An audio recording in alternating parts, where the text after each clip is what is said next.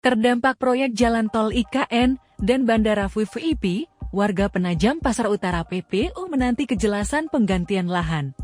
Warga Kabupaten Penajam Pasar Utara PPU, Provinsi Kalimantan Timur yang terdampak proyek pembangunan Bandara VVIP Ibu Kota Nusantara IKN dan jalan tol segmen 5 Bita, menanti kejelasan penggantian lahan milik mereka.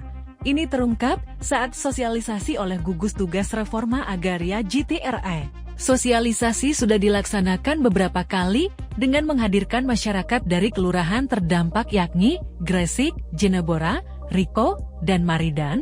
Pada sosialisasi kesekian kalinya, Selasa 23 Februari 2024, sebanyak 676 warga hadir di Gedung Geraha Pemuda, Kecamatan Penajam.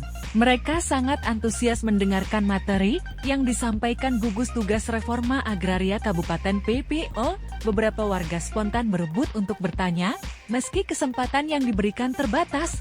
Pada intinya pertanyaan mereka sama, yaitu tentang kapan proses penggantian dilakukan, di mana letak lahan yang akan diberikan sebagai ganti, apakah lahan pengganti yang diberikan tidak akan mengganggu lahan masyarakat yang lain, dan berapa harga yang pemerintah berikan untuk tanam tumbuh mereka. Ada pula warga yang mengaku sosialisasi hanya terus dilakukan dan tidak sesuai dengan fakta di lapangan. Buktinya, tetap terjadi penggusuran tanpa pemberitahuan kepada pemilik lahan yang memiliki legalitas.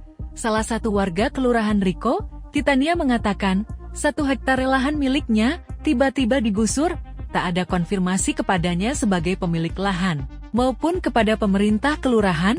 Padahal, ia memiliki legalitas lahan berupa segel sejak tahun 2010 lalu, jauh sebelum adanya pembangunan bandara pun, jalan tol sebanyak 50 pohon sawit produktif miliknya juga habis rata dengan tanah.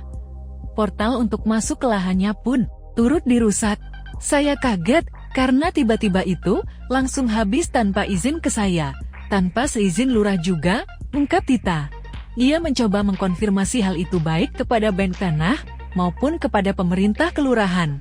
Bank Tanah hanya mengatakan kepada dirinya agar mengikhlaskan lahan itu, sementara pihak kelurahan mengatakan ia harus menunggu hasil rapat terlebih dahulu. Kata Tita, pada dasarnya ia tidak masalah jika lahannya dipakai untuk kepentingan pembangunan bandara pun jalan tol. Tetapi seharusnya ada pemberitahuan terlebih dulu apabila ingin beraktivitas di lahan miliknya. Setidaknya ada 8 hektar lahannya yang masuk dalam kawasan pembangunan bandara pun jalan tol. Belum tahu penggantiannya berapa. Tadi dari provinsi juga menyampaikan kalau akan ada ganti rugi, ucapnya. Sedangkan Makmur, warga Kelurahan Gresik, juga menyampaikan keluhannya. Dengan nada meninggi, ia mengatakan realita di lapangan berbeda dengan apa yang disampaikan dalam sosialisasi. Dalam sosialisasi, pengurusan kejelasan atau legalitas lahan mereka seolah terdengar mudah. Namun saat melakukan pengurusan, ia mengaku sulit. Saat mengurus ke kelurahan, ia diarahkan ke pemerintah daerah, lalu diarahkan lagi ke provinsi, lalu diminta lagi menghadap ke pihak Bank Tanah. Kami mendapatkan pelayanan di kelurahan juga tidak maksimal, fasilitasi masyarakat untuk hal itu. Tegasnya sudah beberapa kali sosialisasi, namun tak ada hasil yang mereka bawa pulang, terutama mengenai kejelasan harga tanam tumbuh mereka.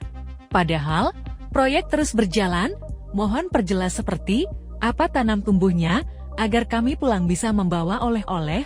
Pak, kami akan membantu petugas menyukseskan pembangunan di sana, pungkasnya. Banyak pula warga yang menghadiri sosialisasi itu mengaku tidak mengetahui apa itu Bank Tanah dan bagaimana kerja mereka selama ini. Turut hadir pejabat PJ Bupati PPO Makmur Marbun didampingi Forum Koordinasi Pimpinan Daerah Forkopimda PPU, Kepala Biro Pemerintahan Perbatasan dan Otonomi Daerah PPO di Setda Provinsi Kaltim, Tim Terpadu Penanganan Dampak Sosialisasi Kemasyarakatan Provinsi Kaltim, Siti Sugianti, dan sejumlah pejabat terkait lainnya. Tribun X sekarang menghadirkan lokal menjadi Indonesia.